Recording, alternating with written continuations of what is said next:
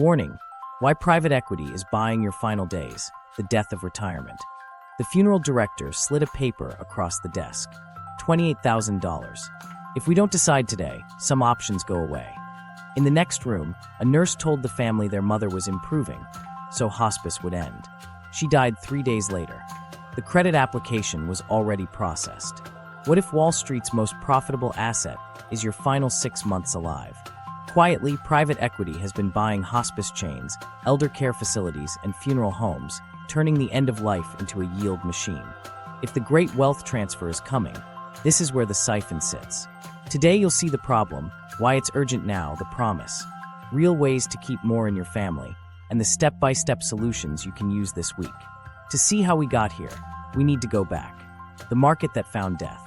The people who build spreadsheets for a living love one phrase: defensive sector. It means demand doesn't depend on the economy. People age no matter what the Fed does. That's how death care landed on investor slides. Predictable volume, pricing power at emotional moments, and a market so fragmented that consolidation looks like free money. Hospice began as a volunteer movement. Nurses, chaplains, neighbors showing up when cure wasn't the goal anymore. Then Medicare created a hospice benefit. It pays a fixed rate per patient per day. Costs are high at admission, and just before death, they drop in the middle. The per diem doesn't. That gap, those intermediate days, became the profit lever. For-profit hospices learned to extend length of stay with diagnoses like dementia, where decline is long and uneven. By industry tallies and oversight reports, for-profit hospice margins run roughly 3 times higher than nonprofits, largely because they optimize those low-cost intermediate days and target longer-stay diagnoses. Meanwhile, funeral homes followed a different arc. In the 1990s, roll-up artists argued the corner funeral home was ripe for scale. The proof of concept was Service Corporation International, SCI, now operating thousands of locations behind local legacy names and widely recognized as the dominant consolidator in U.S. death care. You might walk into Henderson & Sons and never know SCI owns the roof, the casket catalog, and the finance contract. With scale came Playbooks. By the flagship in town, lock in obituary traffic, and nudge average ticket prices up through bundled basic services and premium casket anchors. Few families comparison shop under time pressure. Price opacity holds. Investors noticed how these pieces align. Assisted living and memory care facilities feed home health. Home health hands off to hospice. Hospice coordinates with funeral homes. Own enough of the chain, and you can steer without saying the quiet part out loud. It's a cradle-to-grave funnel under common ownership or through preferred provider agreements that feel a lot like steering. Marketing contracts can skirt anti-kickback rules while still capturing the flow. The fee stack is dense. In hospice, the Medicare per diem is flat, but care intensity labels and crisis care codes can jump reimbursement. In funerals, packages include line items you don't always see: removal, preparation, memorialization fees, vehicles, obituary placements, and cemetery perpetual care add-ons. The anchor price looks reasonable, the total rises fast. Then there's the float. Pre-need contracts, paying for a funeral years in advance, create investable cash. At SCI scale, that float throws off meaningful income, even after trust requirements. The spread belongs to the owner, not the buyer. This shift didn't happen because local families suddenly got worse at their jobs. It happened because debt is cheap when the collateral is demand you can't postpone. Private equity and corporations borrowed to buy clusters of homes and hospices, then centralized call centers, standardized scripts, and trimmed staffing to expand margins. Fines for compliance misses get modeled as a cost of doing business. The clock runs on 3 to 5 year horizons. By cut, grow, flip. To understand why Medicare sits at the center of the hospice boom, follow the reimbursement. The flat rate looks fair in aggregate, but it doesn't match the rhythm of care. Admission days require nurse time, assessments, meds. Final days demand round-the-clock attention. In between, if a patient is stable, costs drop.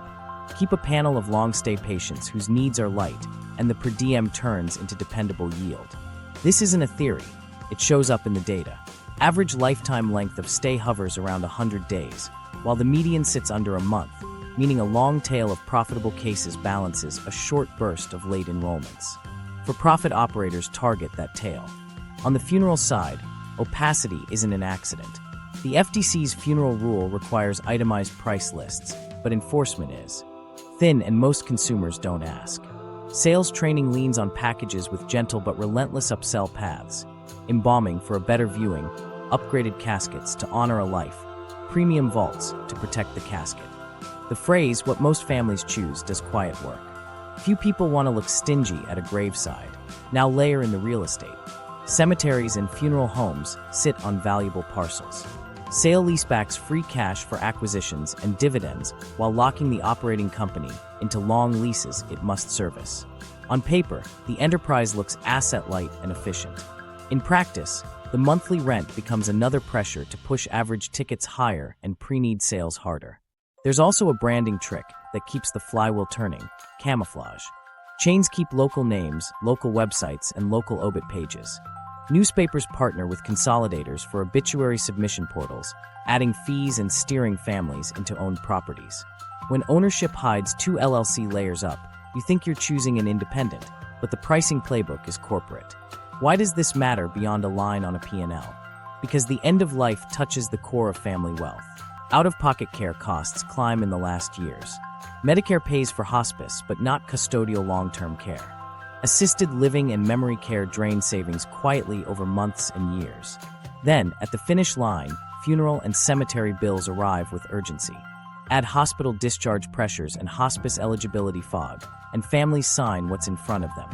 The spread between what's necessary and what's sold lands with the owners.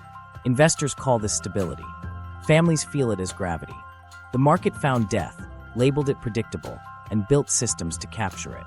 Nobody saw at first was how quickly the ethics of care can bend when spreadsheets set targets. This was the moment everything changed, when compassion met a per diem and a package price. The roll-up machine, hospice as a yield product. To see hospice through an investor's eyes, start with the per diem.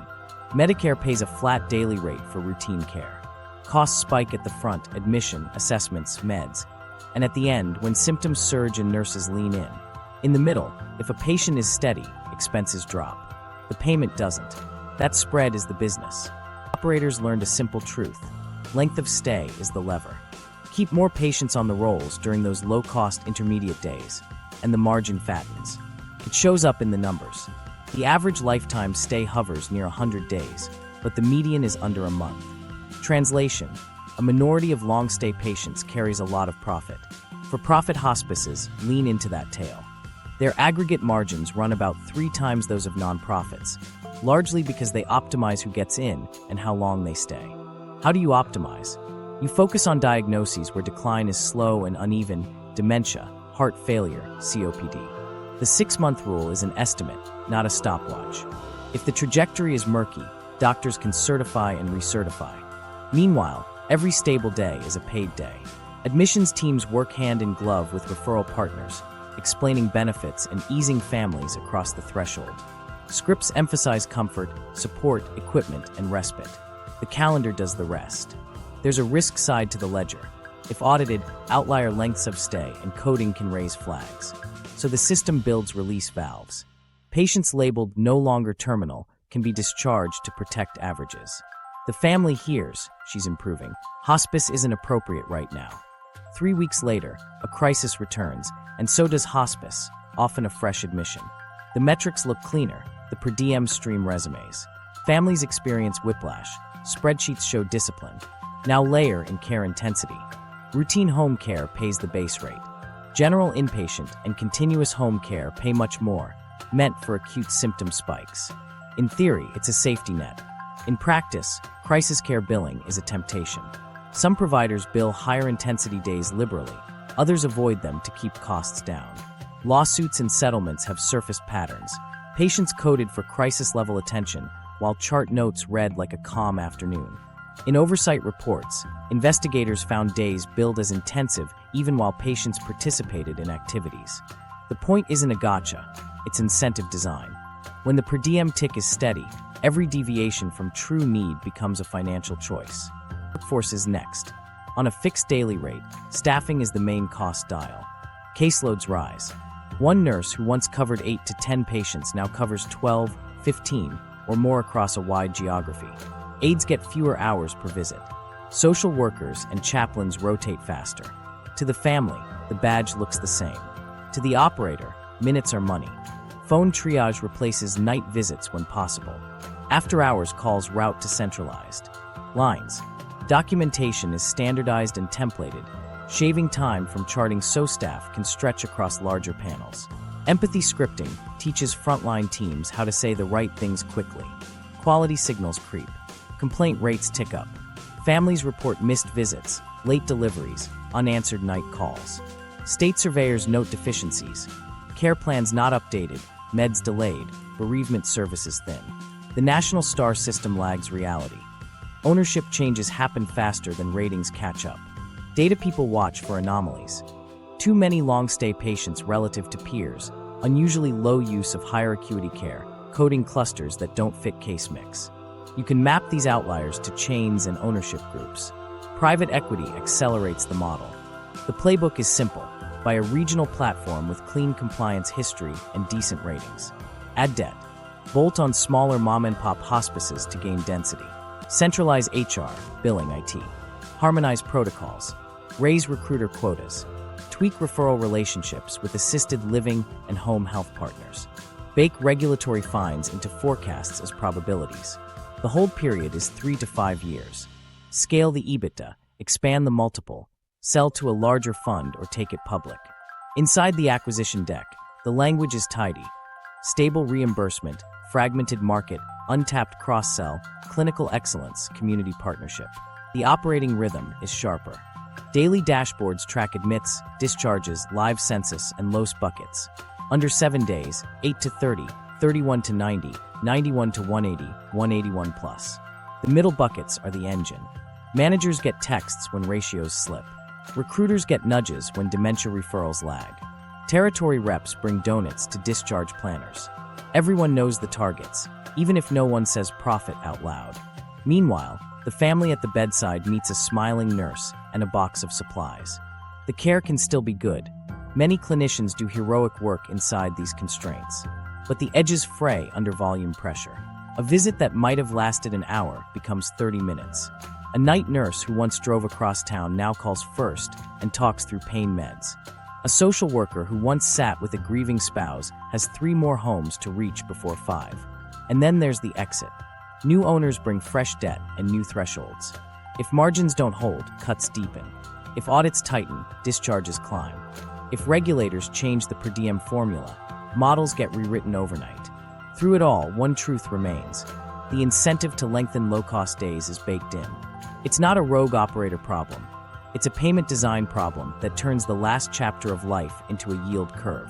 While hospice turned into a spreadsheet, funerals became finance too, anchored by consolidators like SCI leveraging scale, float from pre-need funds, and price opacity. Funeral homes, from community trust to price shock. Walk through the front door, and you'd swear nothing changed. Same family photos, same oak chairs, same director in a dark suit saying he grew up here. But 2 LLCs up, the paperwork leads to Houston, Service Corporation International. SCI learned long ago you don't erase the legacy name. You wear it like camouflage. Buy the flagship in town, keep the sign, and you've bought the trust that took 3 generations to build. Owning the flagship is only the first move. The next is controlling the flow of grief. When obituaries route through corporate portals, the family's first clicks land on properties the chain owns. Newspapers partner with consolidators to simplify submissions. Fees rise, extras appear, and the landing page quietly nudges you toward a package. From there, the price ladder does the lifting. Basic services sets the anchor. Embalming sits a rung above. Premium caskets and vaults gleam at the top. Here's where price opacity earns its keep. The FTC's funeral rule says families are entitled to an itemized price list. In practice, most don't ask, and many homes don't volunteer it fast. Sales scripts frame choices as norms. What most families choose is, no one wants to look cheap at a funeral. That sentence moves more money than any coupon ever could. Under the bundle, line items multiply. Removal and preparation fees, use of facilities, vehicles, obituary placements, prayer cards, live stream add-ons. The total creeps, then leaps. SCI's scale lets it play an old insurance game with a new product. Float. Pre-need contracts, paying years in advance, create pools of cash. Required trusts hold principal. but the investment returns and breakage become revenue streams. Across thousands of locations, that's meaningful income, smoothed over time. The sales pitch sounds like peace of mind. The spreadsheet sees low-cost capital. Meanwhile, the casket room teaches retail psychology. A handful of top-of-line models at breathtaking prices set a frame. Mid-tier looks reasonable by contrast, even as margins stretch. Third-party caskets, protected by law, can be used, yet families report pushback. Handling fees, warnings about fit, subtle shaming. The goal isn't to block alternatives outright. It's to make choosing them feel fraught and time-consuming in a week when time is thin. Cemeteries add a second act to the ticket. Perpetual care fees, required vaults, and graveside services stack on top of burial rites. Headstone installation has a separate schedule. The upsell is quiet but steady. Upgraded liners to protect the casket, better locations close to the trees, weekend service premiums. Package anchoring makes a la carte choices look like hassles. The family feels guided, the margins rise. Behind the building, the balance sheet is changing. Sale-leasebacks turn land into cash for acquisitions and, at times, shareholder returns. The operating company becomes asset-light until the rent bill arrives each month. Pressure to hit average ticket targets mounts. Pre-need quotas set by corporate filter down to directors who still see themselves as neighbors. The job didn't use to include sales math. Now it does. Local brand camouflage keeps the flywheel turning. You call Henderson and Sons because your parents did. The website looks familiar. The director knows your cousin. Only later, if at all, do you learn SCI or another chain wrote the playbook and set the prices. That's the point. Trust earns time, and time blurs scrutiny. Most families won't drive to a competitor and start over. Grief compresses options. Microstories travel through town like warnings. A son complains that the obituary price doubled after Henderson's changed hands. An aunt tries to use a casket she found online and gets hit with a non-standard handling fee. An executor gets a call about cemetery opening and closing charges that weren't in the earlier conversation. None of these are illegal. Together, they describe a system that bills the moment, not the person. SCI's investors see discipline, consolidated purchasing, centralized call centers, standardized processes, and yield on pre-need funds. They also see a fragmented market that still leaves share to capture. When your competitor is a family shop with limited capital, you can outlast and outspend. Acquire the marquee property, then the feeder homes in surrounding neighborhoods. Price rises don't need to be dramatic. A few percentage points each year, compounded, does the work. Not every chain behaves badly. Many directors care deeply and cushion families where they can, but incentives lean the same direction. When targets tied to packages sold and pre-need signed, empathy becomes a tactic as well as a virtue. Words like honor, legacy, and celebration of life carry moral weight. They also justify a higher line on the invoice. There's a way through this, but it starts before you're sitting in that chair. Ask for the general price list immediately. Compare at least 2 homes. Verify who owns the local brand. If it's SCI or another consolidator, know the playbook and push for itemization. Consider third-party caskets and independent cemeteries with clear fee schedules.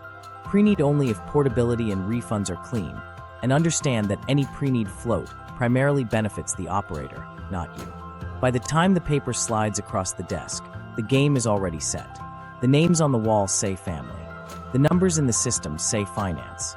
Vertical integration, monetizing the final mile. While the front door still says Henderson and Sons, the back office runs a map. It's a pathway, not a place. Assisted living to home health to hospice to funeral. Own or align each stop, and you don't have to sell hard. You just have to be there when families are rushed and tired.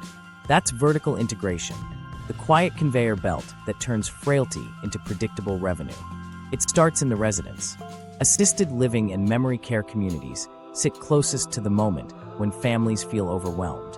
Inside, preferred provider boards list 2 or 3 home health and hospice names. They look like choices. In practice, they're marketing agreements, sponsorships, lunch and learns, education sessions that keep certain logos in front of staff and families.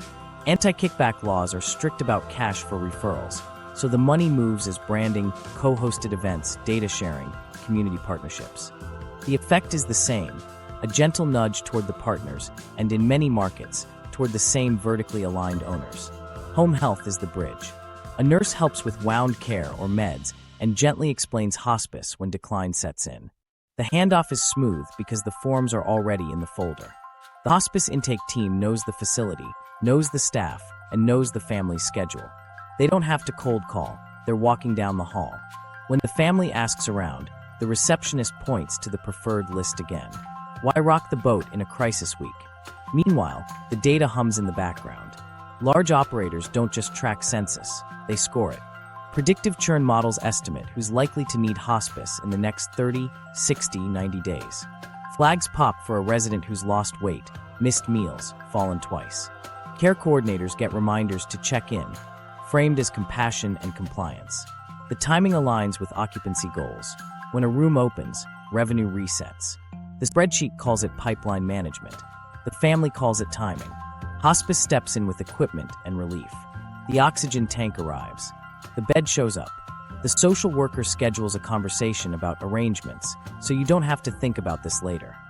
If the same ownership group controls a local funeral home, or if there's a partnership, the introduction feels effortless. We work closely with a wonderful home that understands your needs. There's no overt pressure, just momentum. In 7 days, decisions stack, consent forms, equipment deliveries, signatures on small print that sets fees later. By then, the path is set. The cross-sell is subtle. Funeral pre-planning, to spare your loved ones. Financing options with a soft credit pull. Memorial add-ons. If you've already trusted the hospice nurse through hard nights, the funeral director they recommend inherits that trust. Captive channels convert at crisis points. Marketers know this. So do underwriters who design compassionate payment plans that look like help and compound like debt. When estates come into view, the calculus shifts again. Bills are routed quickly. Providers file claims early. In probate, creditors line up ahead of heirs. If the family hesitates, waiting on life insurance, sorting a house, late fees start their quiet climb. Equipment loss charges surface if a pickup was missed. Hospital transports show up as separate line items from partner vendors. None of it feels outrageous on its own. Together, it's a siphon on the first dollars the estate would have passed down. This isn't only about ownership, it's also about recognition. Chains keep local brands to blend in, but their networks don't. Obituary portals tied to corporate homes steer traffic. Facility newsletters mention the same partners month after month.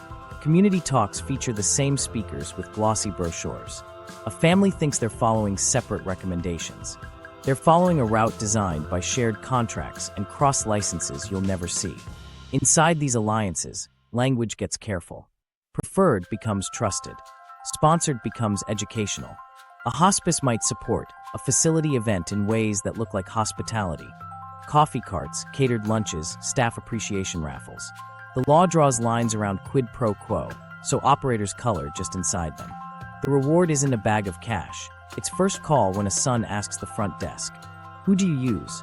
Some operators go further with ownership ties that aren't obvious. A holding company might own an assisted living platform and take a minority stake in a home health group, then form a joint venture with a hospice brand. Add a funeral home roll-up under separate management, and you've got 4 logos and 1 cap table. A facility can say, "We present multiple options," and be technically accurate. The equity says otherwise. Families feel the steer in small frictions. Ask to use an independent durable medical equipment company, and here, it's faster with our partner. Ask to compare funeral homes and get a sigh about duplicate work. Push for itemized hospice policies on crisis care, and a manager promises to circle back after the weekend. Every delay makes the pre-picked path look safer. There's a way to break the glide path. Before decline, name independent providers in writing. Put their contacts in your file. Tell the assisted living manager, in an email, that any referrals must include those names. When hospice is discussed, ask for 3 options and the ownership behind them. If you hear preferred, ask what that means, who pays whom, and how. Document the answers. If the room goes quiet, you're over the target. Vertical integration isn't a conspiracy, it's a business model. It works because families walk it once, while owners run it every day. The only counterweight is preparation strong enough to hold when you're tired and scared. The machine counts on momentum. The policy engine, slow it down, Medicare, and the choice is open lobbying. What looks like steering at the bedside is shaped in conference rooms in D.C. The rules set the lanes, and investors learn to drive right up to the lines without crossing them, at least not on paper. Start with hospice eligibility. The statute says 6 months, or less if the illness runs its normal course. That's an estimate, not a lab value. Physicians certify, then recertify, based on trajectories that are messy by nature, especially with dementia or heart failure. Ambiguity isn't a bug here, it's an opening. Admissions tilt toward diagnoses that make it's reasonable to expect decline easier to defend. If an audit comes later, charts show weight loss, functional decline, and notes about disease progression. The letter of the rule is met. The spirit bends. Compliance risk is priced like weather. Operators know the thresholds that trigger review. Too many patients over 6 months, too few higher acuity days, recertification patterns that look formulaic. So they build buffers. Discharges for no longer terminal, reset the clock, and lower averages. Documentation training drills phrases that answer the common surveyor questions. When penalties land, they land years after the revenue. In boardrooms, fines get modeled as probabilities against gross margin, tolerable variance in a stable line of business. Meanwhile, the reimbursement staircase nudges behavior. Routine home care pays one rate. Continuous home care and general inpatient pay more, meant for crises and symptom flares. Providers read the guidance and see levers. Some underuse crisis care to keep direct costs down. Others swing the other way, billing intensives in patterns that raise eyebrows later. Regulators respond with memos and program integrity bulletins. But memos don't change the math. As long as the base per diem rewards long, low-cost days, length of stay remains the quiet North Star. Now step into funerals. The FTC's funeral rule requires a general price list and bans some bait-and-switch tactics. On the ground, enforcement is thin. Inspections don't happen often, and penalties rarely make headlines. Chains adapt by complying in form and shaping in practice. Bundled packages are technically itemized, but the presentation steers to the middle tier. Casket handling fees are allowed under certain conditions. Non-standard becomes a label that justifies a charge. State-level disclosure rules vary, and oversight offices are understaffed. If you want to know why price opacity survives, look at capacity, not principle. Anti-kickback statutes should stop money for referrals across the care continuum. They do when it's blatant, but the gray zone is wide. Marketing agreements, sponsorships, paid education lunches, these live under safe harbors and compliance reviews. Legal teams scrub contracts to pass tests. No payments per referral, fair market value fees for advertising. Documented separation between clinical decisions and vendor lists. Staff at facilities see the same partners again and again because those partners are always present, always helpful, always resourced. The law stops the envelope of cash. It doesn't stop the slow drip of influence. If the rules are soft, ask who writes them. Industry associations funded by consolidators show up early in policy cycles. Position papers frame hospice as a cost saver for Medicare, which it often is when done right. They warn against overregulation that could limit access and burden community providers. Funeral and cemetery lobby groups argue that pricing mandates would confuse consumers and increase administrative costs. When transparency proposals arise, like requiring online price lists, comment letters stress unintended consequences. The cadence is familiar: praise the mission, spotlight outliers, propose self-regulation. There's a revolving door, too. Former regulators advise firms on program integrity compliance. Ex-executives testify about best practices in hearings. The vocabulary converges: patient-centered, community-based, value-aligned. Meanwhile, acquisition pipelines stay warm. When inquiries flare, press stories about fraud or heartbreaking misses. Trade groups offer training webinars and model policies. The hard edge of consolidation stays out of the camera frame. Medicare's own design choices ripple. Payment caps attempt to blunt the incentive to push long stays, but they apply at the provider year level, not the patient level.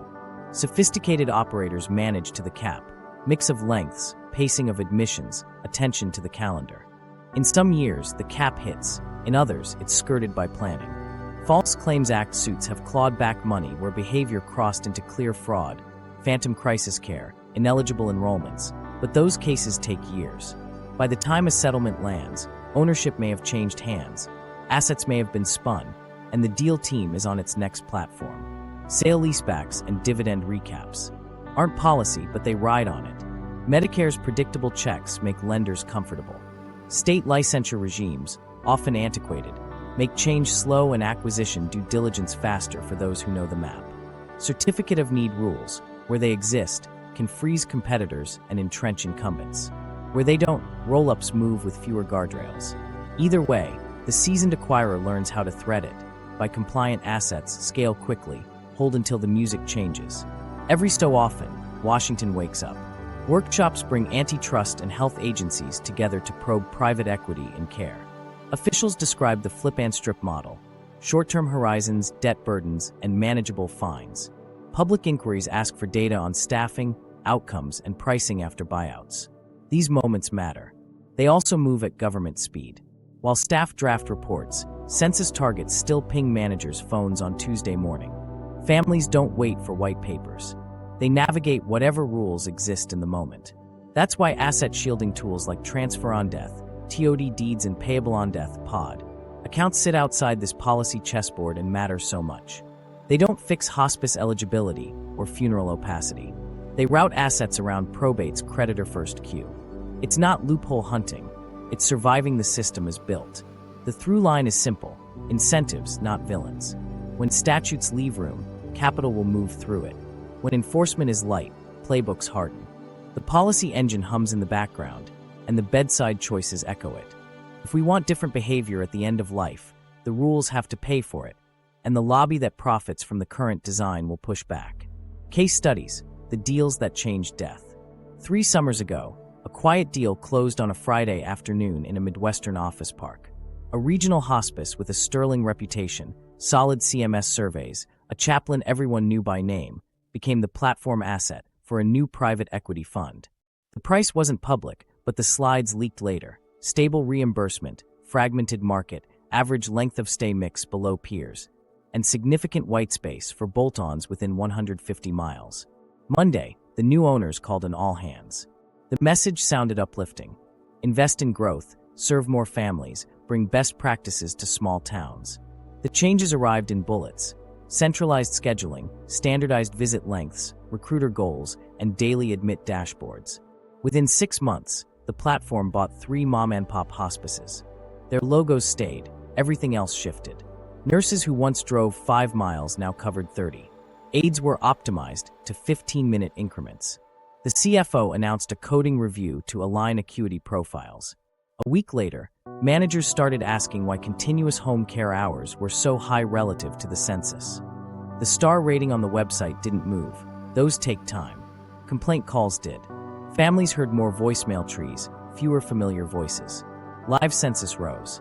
The LOS chart shifted. Fewer under 7-day enrollments, more in the 91 to 180 bucket. On paper, the business looked healthier. At bedsides, something felt thinner. While that engine warmed, a newspaper 2 states overran a small item. Obituary prices would increase to support quality improvements. What readers missed was the ownership footnote.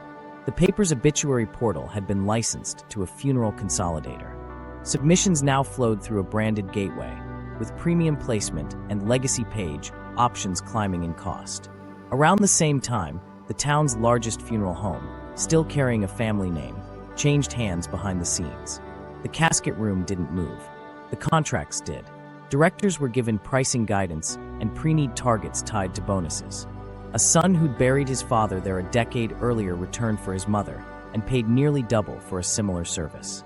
He told friends, "It's not Henderson's anymore." Technically, it still was. Functionally, it wasn't. A different deal took place on a conference call with landlords. An assisted living chain, already backed by a larger buyout shop, spun its buildings into a real estate trust. The OpCo got cash. The PropCo got leases with annual escalators.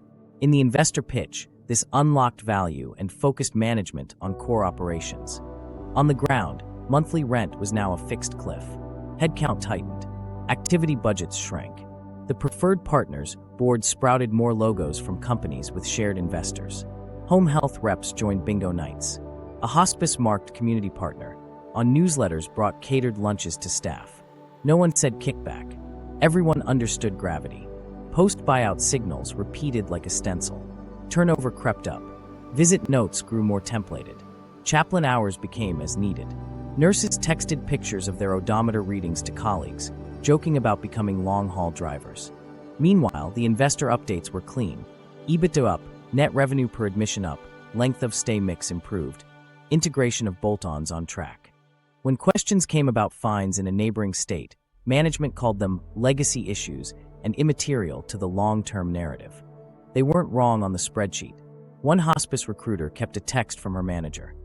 Need 3 dementia admits by Friday. Check with Brookside and Pineview. Brookside and Pineview were assisted living facilities in the same holding company's orbit. The recruiter wasn't forging signatures. She brought brochures to families already stretched thin. The 6-month prognosis language stayed careful. The timing leaned towards sooner is better. Admissions climbed. So did the number of patients still on service at day 90. In a southern city, a family tried to use a third-party casket to save money. The director said it was fine, then added a non-standard handling fee.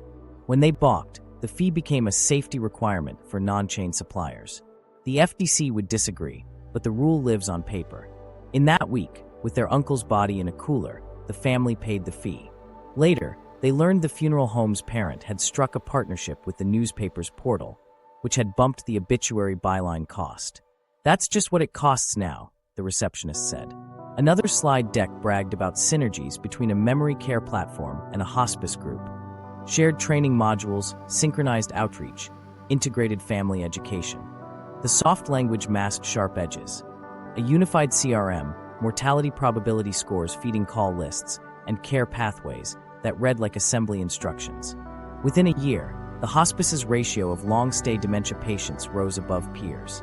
Surveyors flagged discharge patterns labeled, no longer terminal, just days before death.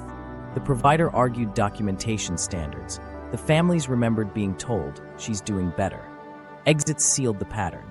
The Midwestern platform sold to a larger fund at a higher multiple. Press releases praised community service. Staff got new shirts and a fresh compliance training. Debt service went up. So did targets. A year later, crisis care hours were down. Routine days were up. Complaints sat in a state backlog. Medicare checks arrived on time. Behind every acquisition was the same promise dressed in different clothes. Stability, predictability, compassion at scale. And behind every glossy phrase was a family in a small room, handed a pen. The human bill, how families lose inheritance. The executor was eating toast when the first envelope arrived. Statement of account, immediate attention. It wasn't the funeral bill, that came later. This was for transport and after-hours removal from a partner vendor the family never met. By lunch, a hospice equipment loss fee appeared. Someone hadn't picked up the oxygen concentrator by Friday. The son called the number on the bill. We'll remove late fees as a courtesy, the rep said, once we receive payment. Courtesy had a clock. Here's how estates drain in real time. Creditors file first. Heirs wait. In most states, the probate queue puts medical, facility, and funeral claims ahead of the people your parent meant to help. Each vendor files separately. A hospital transport that took 8 minutes posts at full rack rate. The assisted living facility adds a final month partial occupancy line, even though the room sat empty for half of it. The hospice sends a bereavement brochure, and in a different envelope, a charge for a missing walker that was left by the front door. Microstories stack into math. A niece finds that the cemetery's opening and closing fee wasn't included in the funeral quote. It's paid to a separate LLC. An executor sees a $600 obituary charge doubled by a holiday placement premium. A daughter learns her mom's pre-need plan includes a transfer penalty if used at a non-affiliated home. These aren't surprises to the people who wrote the contracts. They're revenue lines. Decision fatigue becomes a margin lever. In the week after a death, people are sleep-deprived and juggling paperwork they've never seen before. At the counter, the path of least resistance is the path the operator designed. Decline the package, and you'll be offered 10 forms to initial. Ask for itemization, and the air in the room shifts. Of course, the director says, and the pace slows. That pause costs you time. Time is the scarcest commodity in grief. Many pay to make it stop. Medicare's promise adds to the confusion. Hospice is covered, families here. It is up to a point. But the not covered avalanche lives in the shadows. Room and board in assisted living, private aides, round-the-clock sitters during the most chaotic nights. The last month of life often includes services Medicare never pays for. Those bills don't negotiate with your emotions. They draw from checking accounts, credit cards, and, when the cash runs out, home equity. Home equity is the big valve. When a parent dies, the house is often the estate's main asset. If creditors' claims and final expenses exceed available cash, the house becomes the piggy bank. Executives write earnest letters about respecting your loved one's legacy, then record liens to secure payment. An executor faces a choice: sell under pressure or carry debt while probate winds on. Either way, carrying costs eat what's left: insurance, utilities, lawn care, property taxes, quiet expenses that drain value while the paperwork crawls. Pre-need plans can help or hurt. The good ones lock in prices and travel. The bad ones trap you. Fine print may limit portability or let the provider keep investment gains while passing inflation to you. Try to cancel and you're told about administrative charges. Try to move the plan across states and learn about non-conforming markets. The pitch felt like peace of mind. The reality feels like a turnstile. Then there's the slow bleed of fees that sound small but land hard. After-hours removal, because death arrived at 7:12 p.m., expedited certificate filing, because the employer needs proof. Temporary marker, because the headstone takes weeks. None of these break a family alone. Together, they shrink the check a granddaughter thought would cover her first semester. In a year, she'll borrow at 8%. Somewhere else, float from a pre-need trust earns 3.5% for a balance sheet. Probate's tempo favors professionals. Attorneys and executors can take fees by statute. Most earn them. Some see a slow estate as billable time.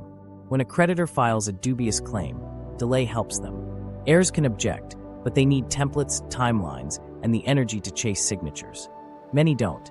Defaults become payments. There's a different path, but it has to be built early. Transfer on death deeds move a house directly to named beneficiaries, skipping the creditor first line in probate in many states. Payable on death accounts do the same for cash. Retirement accounts with updated beneficiaries sail past the line. These aren't tricks. They're the standard toolkit that wealthy families use as a matter of course. Without them, even modest estates funnel through a process designed to prioritize everyone but the people your parent named. Families tell themselves they'll handle it when it's time. Time never comes. The crisis week comes instead, with pens and clipboards and words like most families choose. That's when the invisible machine presents the bill. Not just for a casket or a plot, but for months of care, transport, paperwork, and the convenience of moving on.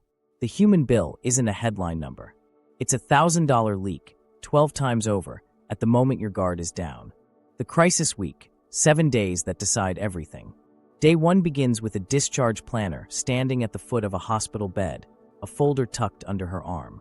"We're aiming for tomorrow," she says, gentle but firm. 3 brochures slip onto the tray table. Trusted partners. The logos match the lobby bulletin board at Mom's Assisted Living. The son asks if they can wait a day. The planner nods, but the paperwork keeps moving. Consent to share records, durable medical equipment order, a checkbox for preferred hospice. He signs because he thinks it's just information. It isn't. It's an on-ramp. Day 2 is logistics. A call from intake arrives before coffee. "We can meet you this afternoon," the voice says, polished and kind. The nurse appears with a calm smile, an eligibility form, and a pen. The 6-month language is careful. Based on the trajectory, it's reasonable. Mom is tired and says yes to fewer appointments. The nurse offers relief: a bed, oxygen, meds that take the edge off. The son hears covered by Medicare and exhales. In the evening, the assisted living manager emails, "We're so glad you've chosen a partner we know." Chosen is a stretch. It's what was put in front of them. Day 3 is signature day. The hospice social worker arrives with a thicker stack, consents, HIPAA forms, home visit schedules, and a page titled Patient Rights and Responsibilities in small print. There's a line about equipment being hospice property, and a line about notifying them for pickup within 24 hours of death. He initialed without clocking it. Another form asks if the family would like information on planning to reduce burden later. He checks yes. A separate clipboard appears. Pharmacy delivery authorization and a preferred DME provider box already marked. The worker thanks him for being proactive. He just wants the calls to stop. Day 4 tightens the loop. The bed arrives from the partner vendor. No cost today. the driver says cheerfully. An aide brings thick absorbent pads and explains schedules. The hospice nurse adjusts meds and suggests a companion for nights if things get hard. Private duty, she says. We can recommend agencies. A sheet with 3 names appears, all familiar to the facility. The son calls the first one. The hourly rate makes him pause. He calls the second. Same rate. The third offers a compassion discount if he signs a weekly commitment. He does. That wasn't in the Medicare brochure. Day 5 is finance day in disguise. A funeral director calls after a warm handoff from your care team. The voice is soothing. We can handle everything, so you can focus on being present. There's no pressure, he says, but it helps to make simple choices now. The director offers a video appointment. On the call, a basic services package sets the anchor. With a mid-tier plan most families choose, showing a tasteful casket and weekday service. He mentions a soft credit check, so invoices don't distract you. The son hears make it easy and gives a social security number. A disclosure flashes. He clicks accept. Somewhere, a hard pull pings anyway. Day 6 is the emotional squeeze. Mom is sleeping more, eating less. The nurse explains signs of active dying. The son can feel the bottom dropping out. The funeral director texts a gentle reminder. We can lock in today's pricing. The cemetery's office hours are short on weekends, so it's wise to reserve a time. The son picks Monday at 11. He didn't ask about opening and closing or headstone lead times. He thinks he already handled it. The forms he signed yesterday were authorizations, not payments. The bills live in tomorrow. Day 7 ends the question and starts the meter. Mom's breathing changes at dawn. The nurse comes quickly, then quietly says, I'm so sorry. The hospice calls the funeral home for the family, a kindness that doubles as a handoff. The equipment sits where it was placed, and the 24-hour clock on pickup begins. The son answers condolence texts and forgets to call the DME number printed in 8-point font. That's how late fees start. The funeral director meets him that afternoon. Paperwork, scheduling, a printed itemization that looks like yesterday's screen, plus line items he didn't register before. The cemetery calls near closing to confirm the plot and mentions the opening and closing fee. He nods. He'll figure it out later. In the aftermath, claims hit the estate in an orderly rush. The private duty agency invoices for unused hours through the end of the week. The assisted living facility bills the full month because notice came after the 5th. The hospital transporter sends a separate invoice from a contract provider he's never heard of. Probate opens, the creditor window starts, heirs wait. Every form he signed became a pipeline. Each friendly introduction became priority access to the first dollars out. None of it looked predatory in the moment. It looked like help. That's the design. The crisis week compresses time and spreads decisions across 6 companies wearing 3 logos that answer to one cap table. If you don't preset your own oversight, you'll whistleblowers and the data and theirs was built to collect. The first sign that the machine has limits shows up in complaint files piled on a state desk. Families write about missed visits, late-night voicemails, equipment that didn't arrive, and loved ones discharged for improvement days before dying. Surveyors follow, clipboards in hand, checking care plans, medication logs, and staff ratios. Deficiencies get cited. Star ratings lag by months. Ownership flips faster than the paperwork closes, so the rating you see online can describe a company that no longer exists or has been rolled into a larger chain. Meanwhile, inside the call rooms, a different paper trail grows teeth. A hospice recruiter keeps a text. Need 3 dementia admits by Friday. Check Brookside and Pineview. A nurse screenshots a dashboard showing live census targets color-coded by diagnosis. A manager circulates a script for addressing crisis care requests that reads like a budget control memo. None of it says fraud. All of it says pressure. Whistleblowers don't start with the law. They start with a gut check when a patient who's declining gets discharged to protect the length of stay average. When they speak up, the channels are narrow. Some go to a supervisor and get told to document thoroughly. Some try corporate compliance hotlines and hear back from HR. A few call reporters when a pattern won't stop.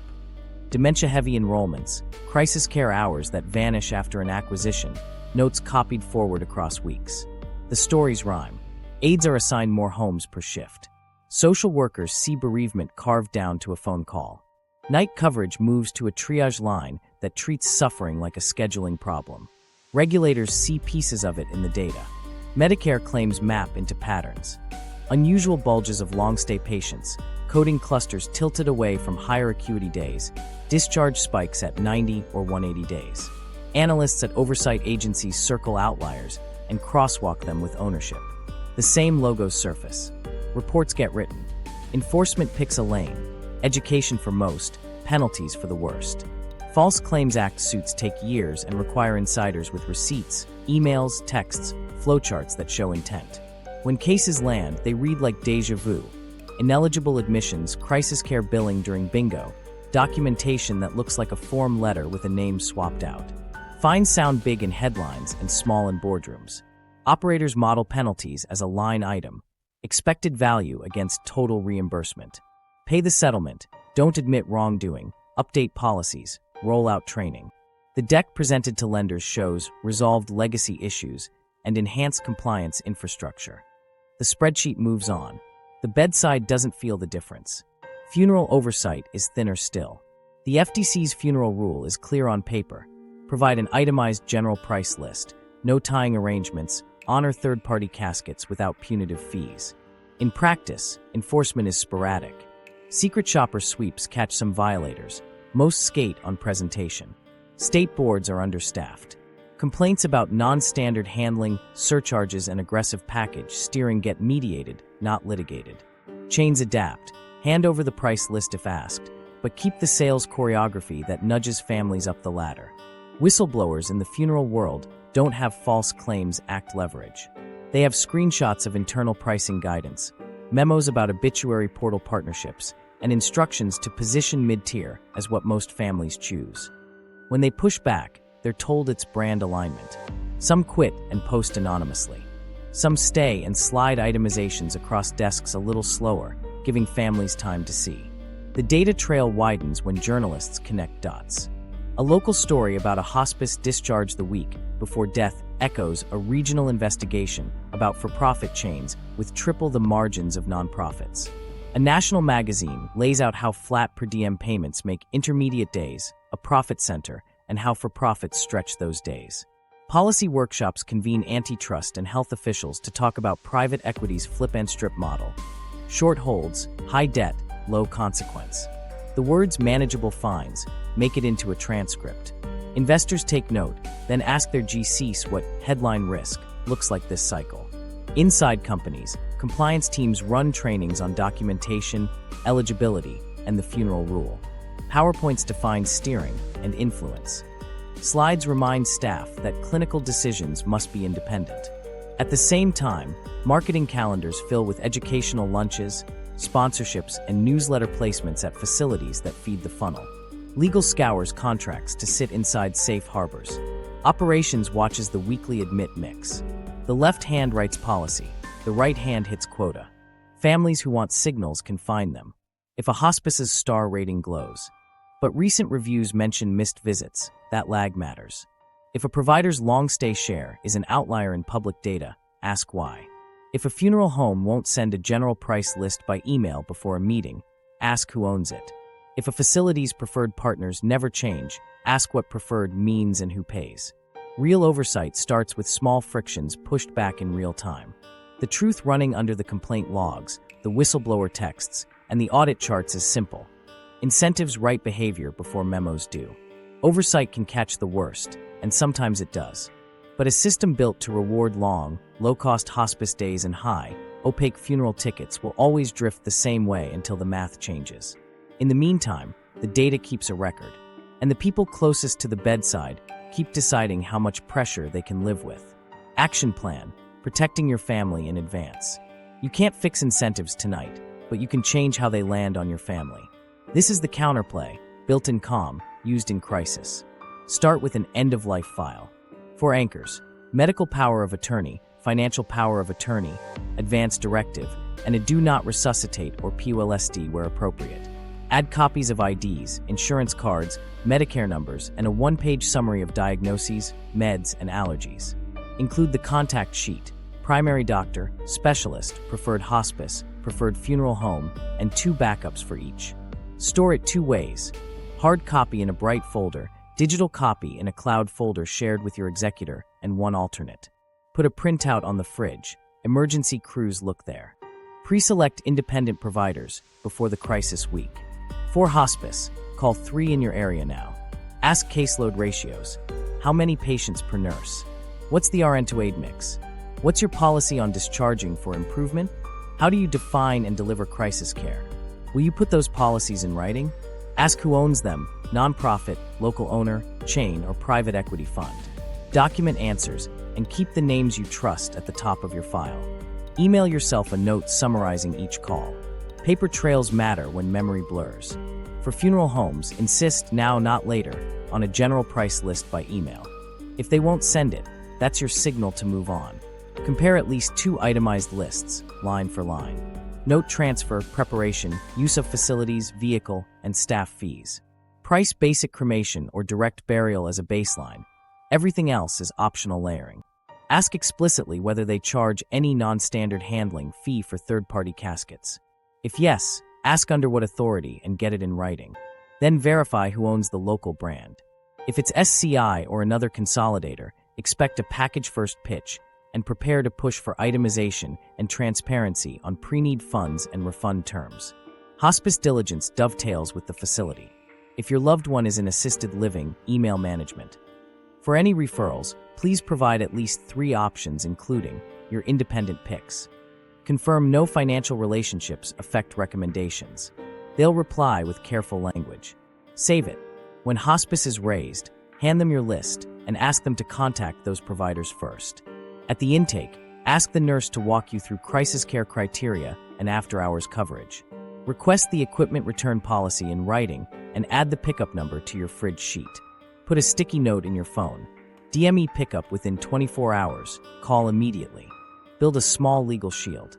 If your state offers transfer on death, TOD deeds, file one for the house. It lets the property pass directly to named beneficiaries outside probate, which can keep it out of the general creditor queue. Do the same with cash, payable on death, POD, designations on checking and savings accounts. Keep beneficiaries current on retirement accounts and life insurance. Those pass by contract, not probate. Consider a simple revocable living trust if you have multiple properties or complex family dynamics. It won't protect against all creditors, but it can speed control and keep bills from freezing assets while courts catch up. None of this replaces legal advice. A 1-hour consult with an estate attorney now will save months later. Prepare for probate anyway. Draft a basic inventory template of assets, recurring bills, and known vendors. Pre-write a claim response letter you can customize if a charge looks padded or duplicative. Mark the creditor window for your state when it opens and closes on a calendar. As executor, open a separate estate account and route all payments through it, not personal cards. Freeze non-essential spending on the estate's assets. Utilities stay on. Landscaping can go to bi-weekly. The point is to slow bleed. Plan funeral choices with calm eyes. Decide in advance, burial or cremation, service type, clergy or celebrant, and a spending ceiling. Write down the ceiling. Share it with the person who'll sit. In the arrangement room. If you want a third-party casket, bookmark vendors and shipping times now. For burial, get the cemetery's itemized schedule up front. Plot opening and closing, vault requirements, weekend premiums, marker fees, and perpetual care. Ask for a written total. If they won't give one, note it and look elsewhere. Document ownership and relationships. Make a 1-pager listing each facility's preferred providers, who pays whom for education or marketing, and the ownership of the hospice and funeral homes you've chosen. If a staffer says trusted partner, ask what that means and write the answer. If you feel steered, email a recap to yourself, date, who said what, and any brochures handed over. These notes become leverage if you need to push back. Set family roles. Name a point person for medical decisions, one for logistics, and one for finance. Give each a task list from the file. In a crisis, single-threaded communication reduces errors. Agree on a rule: no signatures without a second set of eyes. If someone on the team can't be reached, default to "will review" and call you back. Most today only. Offers will still be there tomorrow. Finally, rehearse one sentence you'll use often. Please provide that in writing with an itemized breakdown. It buys time, invites clarity, and draws a line without a fight. The system is built on momentum. Your job is to create friction, politely, consistently on paper. The economics of extraction, where the profits come from. If the crisis week shows you the choreography, the economics explains why the dance never stops. Follow the levers. Revenue first. In hospice, length of stay is the quiet metronome. The flat per diem pays the same on day 40 as day 200. Costs don't. Intermediate days are cheap, so operators stretch them. That's how for-profit margins land roughly triple those of nonprofits. Coding adds a second lever. Crisis care and general inpatient days pay more. Use those sparingly to keep costs low, then keep patients on routine days long enough, and the spread holds. In funerals, bundling builds the bill. Basic services anchors the psychology. Add preparation, facilities, vehicles, and a premium casket, and the ticket climbs. Cemeteries play on a separate schedule. Opening and closing fees, vaults, weekend surcharges, perpetual care. Price opacity is the lubricant. If only 1 in 5 families compares, a chain can nudge averages a few percent a year and let compounding work. Costs sit on the other side of the seesaw. Hospice labor is the big one. Raise caseloads per nurse, trim 8 hours, centralize night triage, and the per-visit cost falls. Standardize documentation and shave minutes. The savings compound across thousands of routine days. In funeral homes, centralize call centers, standardize scripts, negotiate national vendors, and squeeze unit costs on everything from caskets to prayer cards. The last dollar comes from time. Shorter arrangements, faster closes, more pre-need signings per director. Now the engineering. Sale-leasebacks turn land into cash, moving properties to a REIT or landlord affiliate. The operating company gets liquidity to buy more locations. In exchange, it takes on long leases with escalators.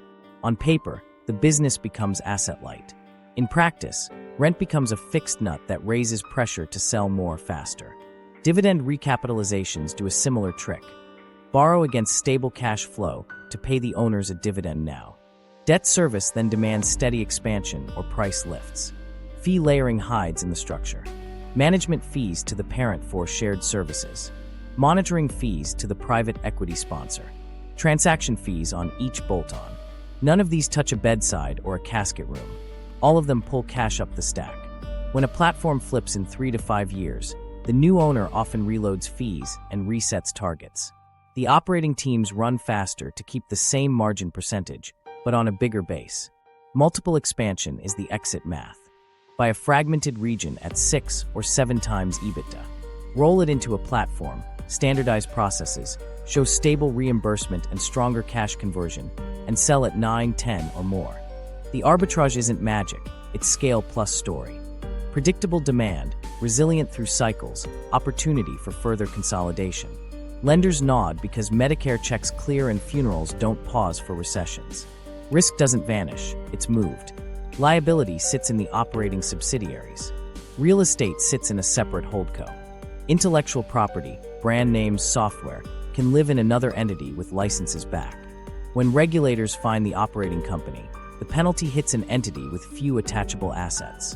If a state suspends a license, management shifts census to nearby affiliates. If a class action looms, there's a restructuring route to ring-fence claims. The cap table is a map of exits if anything catches fire. Owners price policy into the plan. Audits and false claims act exposure become scenario lines. Assume X basis points of revenue at risk, reserve Y, model settlements over Z years. The spreadsheet doesn't get angry. It takes the mean. That's how manageable fines becomes a phrase you'll hear in workshops. It's not callousness alone. It's habit in a system that pays first and reviews later. Vertical integration monetizes moments across the path. Assisted living occupancy drives referrals to home health and hospice. Hospice trust transfers to a funeral partner. Each handoff preserves a customer and lowers acquisition cost. A single family can throw off multiple revenue events without leaving the network. Cross-sell rates improve. Marketing costs per acquisition fall. Investors call this LTV, lifetime value, expansion. Families call it the same faces at every decision point. The float is quiet profit. Pre-need funds, held in trust, still generate investment income and breakage that accrues to the operator. Across thousands of contracts, mid-single-digit returns become a cushion. Hospice and home health AR, accounts receivable, turn into short-term financing. Predictable payment cycles let operators borrow cheaply against them. Treasury teams optimize sweeps, not care plans.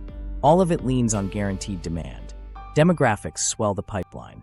Dementia prevalence lengthens the tail. Grief compresses choices. The machine doesn't need to gouge to win. It needs to tilt slightly relentlessly toward longer, cheaper days and higher, hazier tickets. A point here on lows. A point there on average funeral revenue. A quarter turn on caseloads. A steady drumbeat of acquisitions. When you hear defensive sector, this is the defense. Cash flow that resists shocks because people keep getting old, keep needing help, and keep dying. That certainty underwrites the debt, funds the roll UPS, and pays the monitoring fees. It's not fate, it's design. And unless the math changes, the extraction great wealth keeps compounding right on redirected. schedule. The story we've been following, Los buckets, itemized fees, preferred partners, lands in one place, the inheritance line. People talk about a $70 trillion handoff from boomers to their kids and grandkids.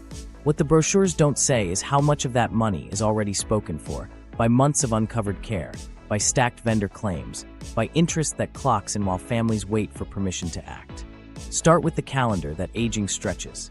Longevity sounds like a blessing. Financially, it's drag. Dementia prevalence rises with each year past 80. Needs don't spike once, they creep. A home aid here, a memory care move there, a hospital swing, a rehab stint, then a slow slide that pulls the family into hospice. Medicare pays for pieces. The rest comes out of pocket, from savings that were supposed to flow to the next generation. The longer the path, the more friction points for businesses built to capture crisis. Healthcare inflation quietly compounds that loss. A private caregiver rate that was $22 an hour a decade ago is $35 or $40 now in many zip codes. Assisted living that ran $4,000 a month is $7 or $8, with dementia care higher. Even when families self-fund, they're paying tomorrow's prices with yesterday's savings. By the time hospice arrives, with its covered meds and equipment, the big checks have already cleared. What remains becomes the target of end-of-life vendors who know probate will put them first. Housing turns into the fulcrum. For most middle-class families, the house is the asset that makes college possible, launches a small business, plugs the gap in a down payment. At death, that equity can transfer with a clean deed, or it can be trapped in a legal queue. In the queue, creditors line up. Facility bills, transport invoices, funeral charges, specialist copays, ambulance rides from months earlier, all surface. If cash is short, the house becomes Plan B. Sell fast and accept the discount, or carry costs while probate grinds on. Either way, the net shrinks. Another year of property taxes, insurance, utilities, and lawn care doesn't generate headlines. It just eats inheritance. Reverse mortgages and Medicaid estate recovery sit in the backdrop as policy levers that intersect the last mile. A reverse mortgage gave mom cash flow to stay in her home. At death, the lender wants the loan repaid. Heirs can refinance, sell, or walk. If Medicaid helped cover long-term care, estate recovery can attach claims to remaining assets, including the house after death. Families discover these only when letters arrive. The interplay is legal, predictable, and devastating when no plan exists to route assets by beneficiary designation instead of through the probate funnel. Meanwhile, the great wealth transfer headline hides how uneven this will be. Yes, aggregate numbers are huge, but distribution is lopsided. A small minority holds outsized financial assets that transfer with airtight trusts and advisors guarding every edge. The median household has modest savings, a retirement account with a beneficiary form not updated since 2009, and a house without a transfer-on-death deed. That's the cohort the machine meets, people with something to lose and no scaffolding to keep it from slipping. Caregiver burden converts time into corporate margin. Daughters and sons reduce hours or quit jobs to cover gaps Medicare never fills. Their lost wages don't show up on any estate inventory. They show up as delayed home buying, slower debt payoff, postponed education, and businesses that never open. The wealth that might have compounded in their accounts compounds somewhere else. In float on pre-need contracts, in earnings on healthcare roll-ups, in dividends funded by stable reimbursement. Intergenerational effects multiply. The granddaughter who thought she'd use her inheritance as a down payment takes on a higher rate mortgage instead. The grandson who would have paid cash for a trades program borrows at rates that follow him for a decade. Siblings who expected equal shares face resentment when caregiving sacrifices weren't written into the will. A modest bequest that might have become seed capital turns into a cushion for last month's bills. None of this is theoretical. It's the ledger behind kitchen table fights. A family argues over selling the house below market to cover claims. Another discovers a pre-need plan's refund policy keeps most of the gains. A son who fronted private duty shifts on his card asks the estate to reimburse him. A cousin calls it greedy. Meanwhile, the operating companies that own the funnel chalk up another quarter of predictable revenue across hospice, DME, funeral, and cemetery lines. There's a way to redirect the redirection. When assets pass by beneficiary, TOD transfer on death. For the house where available, POD payable on death. For cash, updated designations on retirement and life insurance. They can reach. Heirs without pausing in probate's creditor first lane. When families pre-choose independent providers and document ownership, they dodge the soft steer premium. When budgets and ceilings are set in writing, most families choose loses its bite. The machine doesn't disappear. It meets resistance. We started with per diem incentives and package ladders. We end with a simple fork. Either the last chapter of life funds the balance sheets built to harvest it, or planning nudges more of your work to the people you raised. The transfer is coming. The question is, to whom? What breaks the machine? Policy and market shocks. Change doesn't start at the bedside. It starts by changing what the spreadsheet rewards. You don't need 1,000 rules. You need a few with teeth. Begin with transparency that actually lands. Make itemized funeral pricing mandatory online, not just on request in a back office. No dark patterns. No defaulting to packages without showing the full a la carte list line by line. Ban non-standard handling, fees for third-party caskets, unless the provider can show a documented, objective cost, disclosed upfront. Add state audits funded by small licensing surcharges, and publish compliance reports quarterly with owner identities, including chains like SCI where applicable. The public doesn't need perfect information. It needs fast, comparable numbers with names attached. In hospice, tighten eligibility without blocking care. Keep the 6-month framework, but require random post-payment audits tied to ownership, not just providers with old red flags. Pair per diem with pay for quality. On-call response times, verified visit completion, family satisfaction, and symptom control scores that come from third-party surveys, not self-reported forms. Weight payments toward early and late days, the expensive ones, so the middle stretch stops being the profit engine. And when a discharge for improvement occurs within 30 days of death, require a mandatory review. Not a witch hunt, just a speed bump that makes misuse unprofitable, especially where for-profit outlier margins suggest length of stay gaming. Then deal with steering in plain language. Anti-kickback laws already exist. Close the soft paths. Require facilities to post a standardized referral sheet listing. At least 5 providers, disclosure of any financial relationships, and the date that list last changed. Prohibit exclusive preferred boards in assisted living and memory care. Rotate slots by lottery every quarter or show cause. Mandate signed attestations from administrators that no compensation, sponsorship, or education payments are tied to referral volume. If you call it sponsorship, disclose the dollar amount on a visible page families can read. Probate modernization is the quiet fix with big effects. Compress creditor windows meaningfully, 60 or 90 days, not 6 months. If the estate follows an online notice system that alerts known vendors directly. Standardize small estate thresholds and allow summary administration when real property passes by transfer on death or into a trust, so heirs aren't forced to liquidate assets to satisfy routine invoices. Create a statutory template for disputing charges with automatic pauses on late fees while claims are adjudicated. You're not erasing obligations, you're stopping the meter that punishes grief. For enforcement, change the odds. If a hospice fails audits repeatedly, tie penalties to a rolling share of Medicare revenue, not fixed sums modeled as manageable. Add personal certification for executives. Sign the eligibility and documentation policies annually under penalty of perjury. Not to scare good actors, but to stop plausible deniability when playbooks drift. Extend successor liability on settlements for a defined window, so flips don't bury accountability in a shell that no longer operates. Antitrust has a lane here, too. Look past national share and evaluate local capture. Obituary portals plus flagship homes plus cemetery control in a metro becomes a functional choke point even if national market share looks small. Build merger screens that flag vertical ties across assisted living, home health, hospice, and funeral assets, especially when data-sharing contracts stitch them together. If a platform wants a roll-up, demand behavioral remedies with monitoring. No exclusive marketing deals, independent referral audits, and open API access for price data. Now the market side, give families a real alternative. Seed grants for nonprofit and municipal funeral homes with posted prices and standardized packages, much like public utility models. Encourage member-owned co-ops where pre-need funds live in transparently managed pools with capped administrative fees and published investment returns. Link hospital and hospice quality dashboards to consumer-facing tools that display ownership, staffing ratios, visit reliability, and complaint volumes in one page. When choice is easy, steering loses. Power. Standardization can cut through chaos. Model contracts for pre-need that guarantee portability, pro-rata refunds, and clear investment treatment.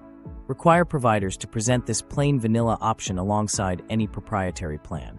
In hospice, standardized crisis care criteria, co-signed by leading palliative societies, with independent verification mechanisms.